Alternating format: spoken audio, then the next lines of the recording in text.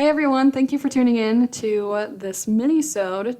If you want to learn more about the Water Sustainability Fund, stay tuned.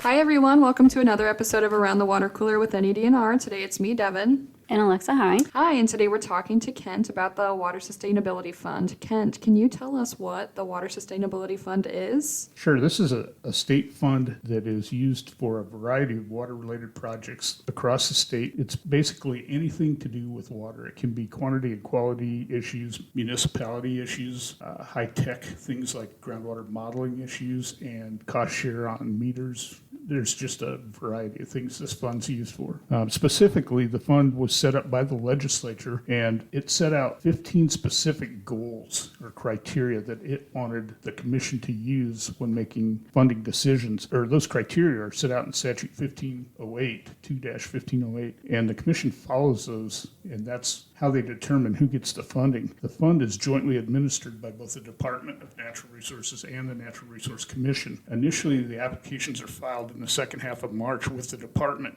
and the department reviews the applications because the director of DNR has to make a determination whether each application is satisfactory to go over to the commission for review. And his duties are also set out in statute. So once he makes a determination of whether the application meets all the criteria to be eligible, then it goes to the commission and they review it. And the commission handles the reviews of each application and questions. They score each of the 15 questions in section C of the application.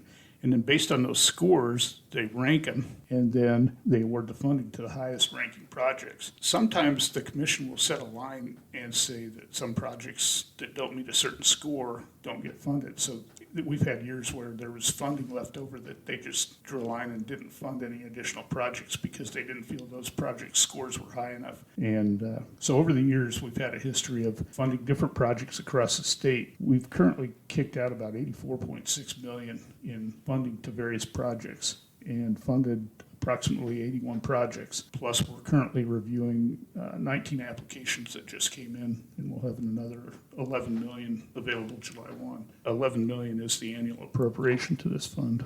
So we're talking a lot about money and different projects. Can you give an example of a project and how do these projects benefit Nebraskans? Sure. Like I mentioned, it's all over the board. When the legislature set this project up, this funding source up, it dedicated 10% of the fund each year to go to the Omaha Combined Sewer Overflow Project, which is a stormwater separation project in Omaha. The remaining funding goes to all sorts of projects all across the state. So, for example, we have a project in Blair where they are lowering the municipal water intake on the Missouri River so that during low flow conditions they can meet the city's water intake needs. And from Blair, Papios had several dams funded up there. WP 1, 6, and 7 have been funded by this source of funding. And as you go across the state, the other end of the state, the Western Water Use Model in the Panhandle has been had some updates to the modeling through this that were paid for through this fund. Mitchell's Wastewater Improvement Project up in the northeast corner of the Nebraska, the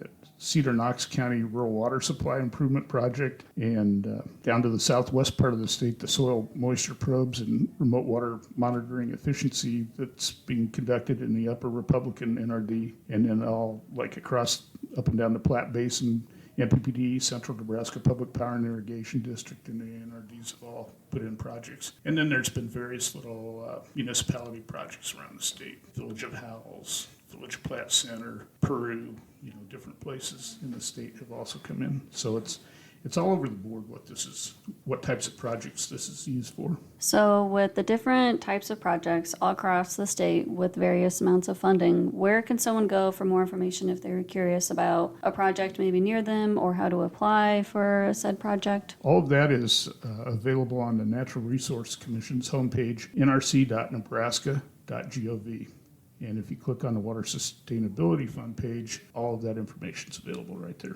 Awesome. And we should say that we do have a podcast on the Natural Resources Commission, on some of the members and how they have decided to prioritize some of the funding. So if you want more information on that, you can check that out as well. Great. Awesome. Well, thank you for talking to us today, Kent. Thank you.